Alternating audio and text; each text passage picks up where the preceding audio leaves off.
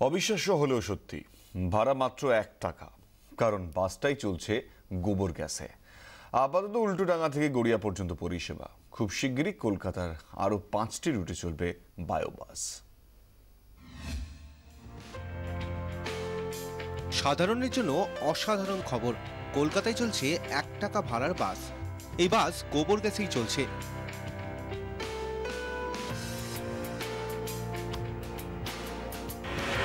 গড়িয়া থেকে উল্টোডাঙ্গা এই রুটেই আপাতত চলছে বায়োগ্যাসের বাস। প্রত্যেকদিন 4টি করে ট্রিপ করবে বায়োবাস। খুব তাড়াতাড়ি শুরু হতে চলেছে আরো 15টি রুট, এর মধ্যে 5টি কলকাতায়। ডিসেম্বরের মধ্যে বায়োবাস চালু হয়ে যাবে উল্টোডাঙ্গা থেকে টালিগঞ্জ, বসিরহাট, বারাসাত, নিউটাউন পর্যন্ত। আরো 10টি বাস চলবে হাওড়া, বীরভূম, বাঁকুড়া, পুরুলিয়া, কোচবিহার, বর্ধমান, শিলিগুড়ি, উত্তর 24 পরগনা, উত্তর ও দক্ষিণ দিনাজপুরে। ডিসেম্বরের মধ্যে আমরা 15টা বাস লঞ্চ করব। এই 15টা বাসের মধ্যে 5টা কলকাতা শহরে চলবে। এই 5টা চলার মধ্যে আপাতত এই প্রথম যে বাসটা আমরা লঞ্চ করছি এটা চলবে হচ্ছে উল্টোডাঙ্গা থেকে গড়িয়া। আপাতত ভাড়া 1 টাকা। বেসরকারি সংস্থার উদ্যোগে কেন্দ্রীয় সরকারি প্রকল্পের টাকায় এই পরিবেশ বান্ধব বায়োবাস নেমেছে রাস্তায়। জ্বালানির খরচ কম, তার সঙ্গে যেভাবে পরিকল্পনা হয়েছে তাতে অনেক কম খরচেই যাওয়া যাবে দীর্ঘ পথ। 55 সিটের বাসের দাম 13 লক্ষ টাকা।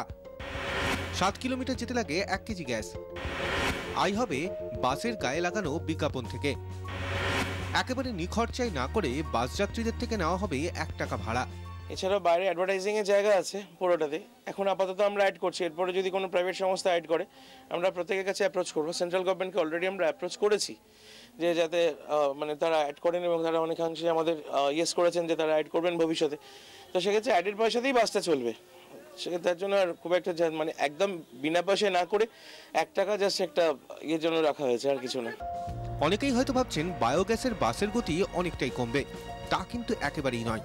সাধারণ বাসের মতোই গতি বায়োবাসেরও। ব্যুরো রিপোর্ট, 24 ঘন্টা।